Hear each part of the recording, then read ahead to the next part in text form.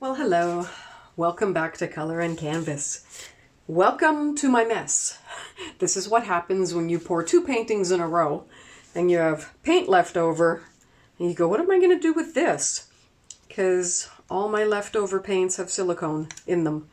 And I really don't want to save them for anything because they have silicone in them.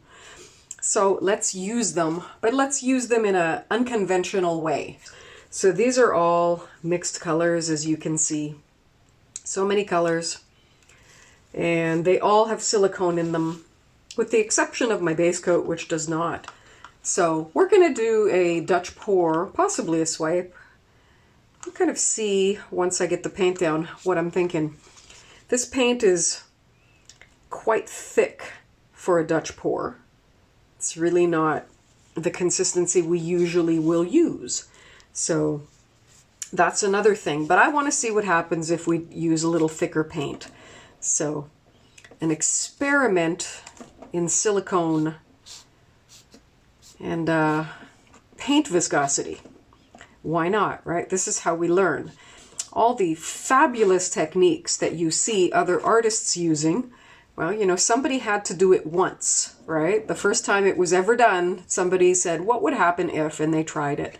So that's what I'm doing today. I've never used thicker paint like this on a Dutch pour, and certainly not added silicone in the colors. One time I actually used leftover black paint that had silicone in it for my base. And that was an accident, and until I saw all the cells popping up, I had no idea. So, but it actually looked really pretty when it was finished. It's a painting that I call SuperNova, and I do have a video of it. But it was a surprise. It was not planned to come out that way, so, you know, it is what it is. But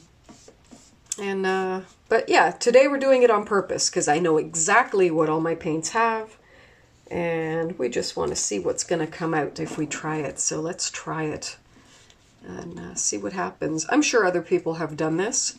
I haven't seen it. I love when people share videos of their work because we all learn so much. So that's why I'm filming this, even though it's an experiment. If something really cool comes out of it, I want to share that with other people and give them an opportunity to try it for themselves.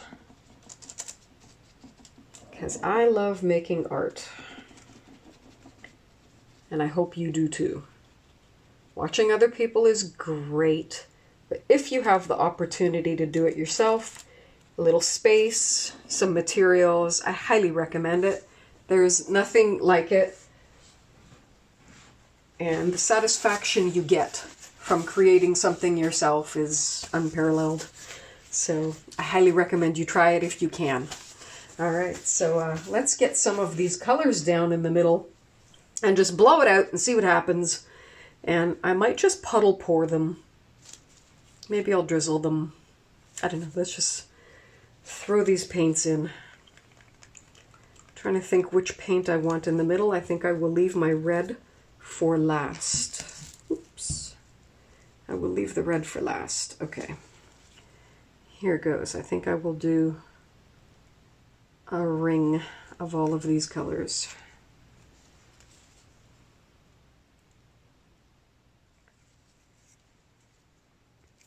It's going to be crazy, but this is what we have to work with, and we want to use it up. So let's do that.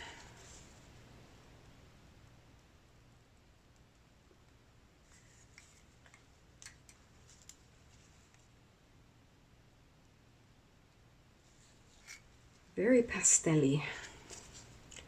I'm going to put the red right in the middle. And I'm also going to add some of my 24 karat gold by DecoArt throughout the whole thing, including throughout the red. All right, and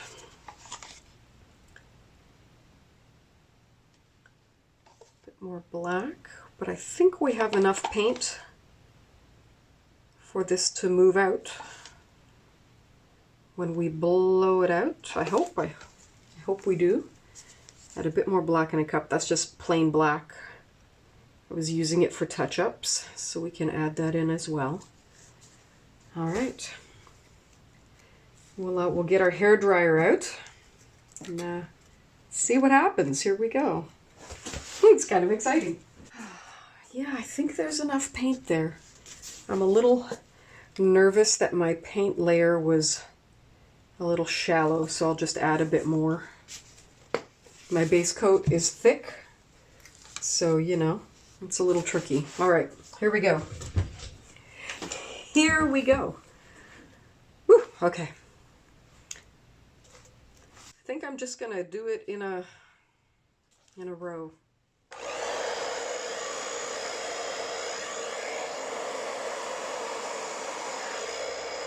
Oh, wow.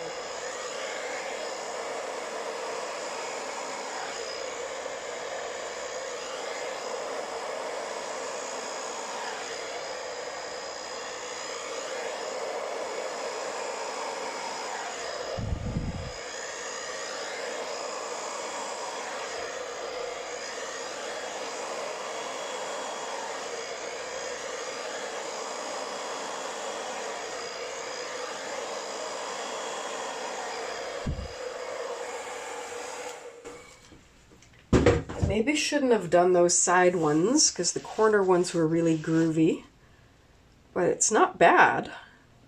It's extremely red in the middle. I may want to just kind of mess up the middle a bit. That's not helping. Let's mess it up the second we do it.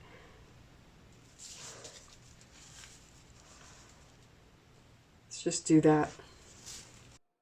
So here's the part where I'm speeding everything up because this is the touch-up portion of the painting, and especially with a painting like a circular Dutch pour where all of the energy is going outward from the middle, the concentrator on the hairdryer sometimes leaves some really bare areas in the middle because, again, it's blowing everything from one spot into many different directions, and there's just not enough paint to do that consistently.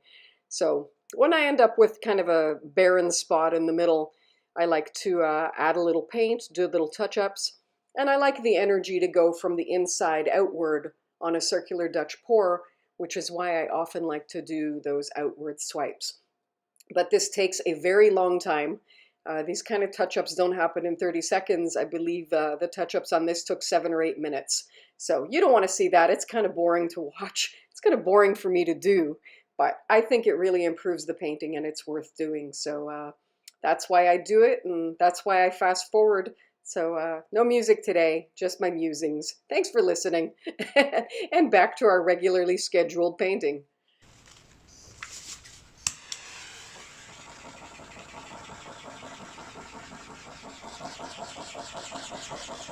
Really wild and crazy. I like it. It's fun. Very unpredictable with all the silicone. And goodness knows what it's going to look like when it's dry. But we'll find out. We will find out.